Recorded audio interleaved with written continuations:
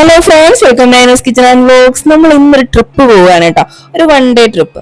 നമ്മൾ നേരെ ഒരു ബീച്ചിലേക്കാണ് പോകുന്നത്. ഒരു നോർമൽ ബീച്ച് അല്ല. ഈ ബീച്ച് നിങ്ങൾക്ക് കാണുമ്പോൾ തന്നെ മനസ്സിലാവും കേട്ടോ.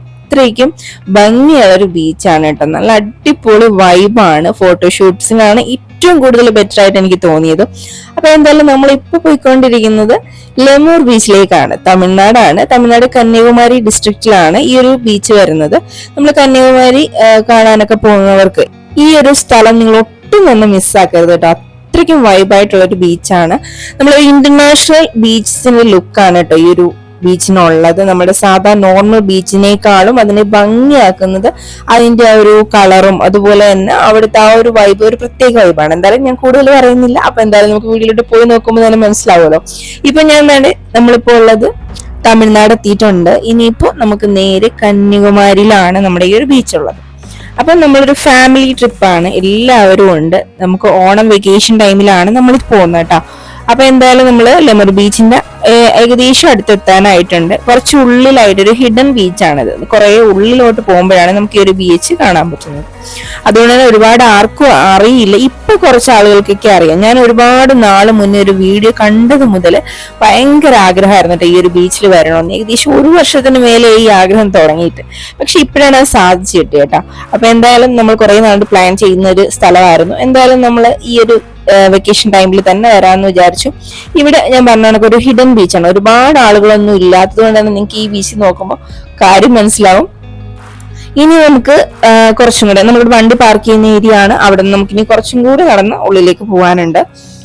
അപ്പം നമ്മളിവിടെ വണ്ടിയൊക്കെ പാർക്ക് ചെയ്തിട്ട് നേരെ പോവാണ്. കുട്ടീസൊക്കെ ഭയങ്കര ഹാപ്പിയാണ്. കാരണം ട്രിപ്പ് എന്ന് പറഞ്ഞു കഴിഞ്ഞാൽ അവർക്ക് ഹാപ്പി ആണല്ലോ. പിന്നെ പോകുന്ന വഴിക്ക് തന്നെ നമുക്ക് തന്നെ ഇതുപോലുള്ള ഒരു റോഡാണ്. അതായത് 2 സൈഡിലും കുറെ തെങ്ങും അതുപോലെ മരങ്ങളും കുറെ ഇതുപോലെ വെള്ളക്കെട്ടുകളൊക്കെ ആയിട്ട്. വെള്ളം അത്ര നല്ല വെള്ളമൊന്നുമല്ല, പക്ഷെങ്കിൽ ഈ ഒരു സ്ഥലം കാണാനായിട്ട് അന്യായ ഭംഗിയാണ് കേട്ടോ. നമുക്ക് നേരിട്ട് കാണുമ്പോൾ നിങ്ങൾക്ക് മനസ്സിലാവുള്ളൂ. അപ്പൊ കുറെ നല്ല ഭംഗിയാണ് കാണാനായിട്ട്. വെള്ളത്തിൽ കുറെ അധികം വേസ്റ്റും കാര്യങ്ങളൊക്കെ കിടക്കുന്നതാണ്. എങ്കിൽ ഈ ഒരു മൊത്തത്തിലുള്ള ലുക്ക് ഭയങ്കര രസമാണ്.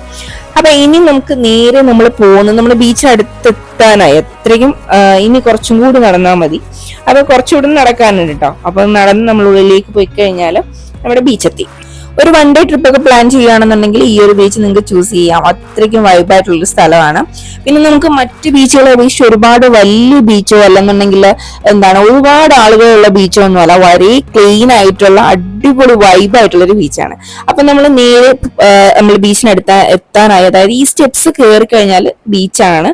നമ്മൾ ആ സ്റ്റെപ്സ് കയറുമ്പോൾ ആ ഒരു ലുക്ക് എന്ന് പറഞ്ഞാൽ ആ ഒരു ഭംഗി എന്ന് പറഞ്ഞാൽ അടിപൊളിയാണ് കേട്ടോ.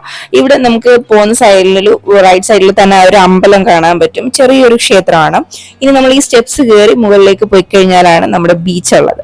അപ്പൊ നമ്മൾ സാധാ ബീച്ചുകളെ അപേക്ഷിച്ച് ഇവിടെ നമുക്ക് ഈ ഒരു ലുക്ക് ഞാൻ പറഞ്ഞ പോലെ ഇവിടെ കുറെ അധികം മരങ്ങളും കാര്യങ്ങളൊക്കെ ഉണ്ട് കേട്ടോ. നമുക്ക് ഇതിന് തൊട്ടടുത്തോട് ചേർന്ന് കിടക്കാണ് ഇപ്പൊ ബീച്ച്.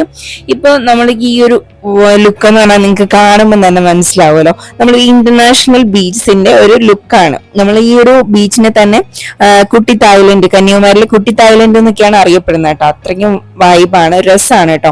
അതുകൊണ്ട് തന്നെ നമുക്ക് ഇരിക്കാനൊക്കെ ഒരുപാട് സ്പേസ് ഉണ്ട്. നമ്മൾ ഒരു ഉച്ച ടൈമിലാണ് വന്നത് കൊണ്ട് തന്നെ നല്ല വെയിലുണ്ടായിരുന്നു. എങ്കിൽ ഈ ഒരു മരങ്ങൾ ഉണ്ടായതുകൊണ്ട് തന്നെ നമുക്ക് തണലുണ്ടാവും. പിന്നെ അത്യാവശ്യം നല്ല കാറ്റുണ്ട്, അടിപൊളി കാറ്റാണ് ഇവിടെ. അതുകൊണ്ട് തന്നെ നമുക്ക് വലിയ ചൂട് ഫീൽ ചെയ്യാറില്ല. ഇവിടെ നമുക്ക് ഈ ഒരു സീൻ കാണുമ്പോൾ തന്നെ നിങ്ങൾക്ക് മനസ്സിലാവും. അതുപോലെ ഈ വെള്ളത്തിന്റെ കളറും നമ്മൾ എല്ലാ ബീച്ചസിലും ഉള്ള ഒരു മണലിന്റെ കളറല്ല ഇവിടെ. വെള്ളം അതുപോലെ തന്നെ നല്ലൊരു ബ്ലൂയിഷ് ആയിട്ടുള്ള വാട്ടറാണ് ഇവിടെ ഉള്ളത് കേട്ടോ. അപ്പൊ അതുകൊണ്ട് തന്നെ അടിപൊളി. പിന്നെ ഇവിടെ നമുക്ക് കുറച്ച് ഒരു സാഡായിട്ട് തോന്നി എന്ന് പറഞ്ഞു കഴിഞ്ഞാൽ ഇവിടെ ഒരു 3 മാസമായിട്ട് കടൽ കുറച്ച് ഡേഞ്ചർ ആണ് കേട്ടോ. അതുകൊണ്ട് തന്നെ ഈ ഒരു റെഡ് കൊടി കെട്ടിയതിനപ്പുറത്തോട്ട് നമ്മൾ വിടത്തില്ല.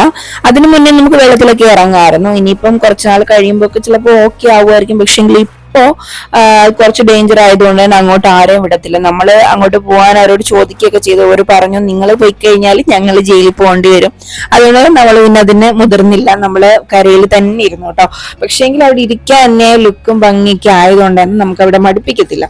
പിന്നെ ഒരുപാട് ബീച്ചിലൊക്കെ പോയിട്ടുണ്ടെങ്കിലും ഇതുപോലെ ഒരു ബീച്ച് ഞാൻ ഫസ്റ്റ് ടൈമാണ് കേട്ടോ പോകുന്നത്. അത്രയ്ക്കും ഭംഗിയാണ്. പിന്നെ കുഞ്ഞുങ്ങൾക്കൊക്കെ വെള്ളത്തിൽ ഇറങ്ങാൻ പറ്റാത്തതിന്റെ ആ ഒരു വിഷമം ഉണ്ടായിരുന്നു. പക്ഷെ അവരത് മണലിൽ തീർത്തിട്ടുണ്ട്. പിന്നെ ഇവിടെ മോർണിംഗും അതുപോലെ ഈവനിങ്ങും നമുക്ക് ഫോട്ടോഷൂട്ട്സ് ഒക്കെ എടുക്കാൻ പറ്റിയ അടിപൊളി വൈബായിരിക്കും കേട്ടോ. കാരണം ഇതിന്റെ ആ ഒരു വെള്ളത്തിന്റെയും അതുപോലെ ഈ സാനിന്റെയും ഒക്കെ ഒരു കളർ നല്ല വ്യത്യാസമുണ്ട്. നമുക്ക് മറ്റു ബീച്ചുകളെ അപേക്ഷിച്ച് ഏറ്റവും കൂടുതൽ ഇതിനെ ഭംഗി കൂട്ടുന്ന അതാണ് കേട്ടോ. അപ്പൊ നിങ്ങൾ ഈ ഒരു ബീച്ചിൽ വന്നിട്ടുണ്ടെങ്കിൽ ഉറപ്പായിട്ടും നിങ്ങളുടെ അഭിപ്രായങ്ങളോട് കമന്റ് ചെയ്യുക. അതുപോലെ തന്നെ വീഡിയോ ഇഷ്ടമായിട്ടുണ്ടെങ്കിൽ ഉറപ്പായിട്ടും ലൈക്ക് ചെയ്യാനും ഷെയർ ചെയ്യാനും ചാനൽ സബ്സ്ക്രൈബ് ചെയ്യാനും മറന്നുകൊണ്ട്. അപ്പൊ അടുത്ത വീഡിയോ വരുന്നവരെ ബൈ.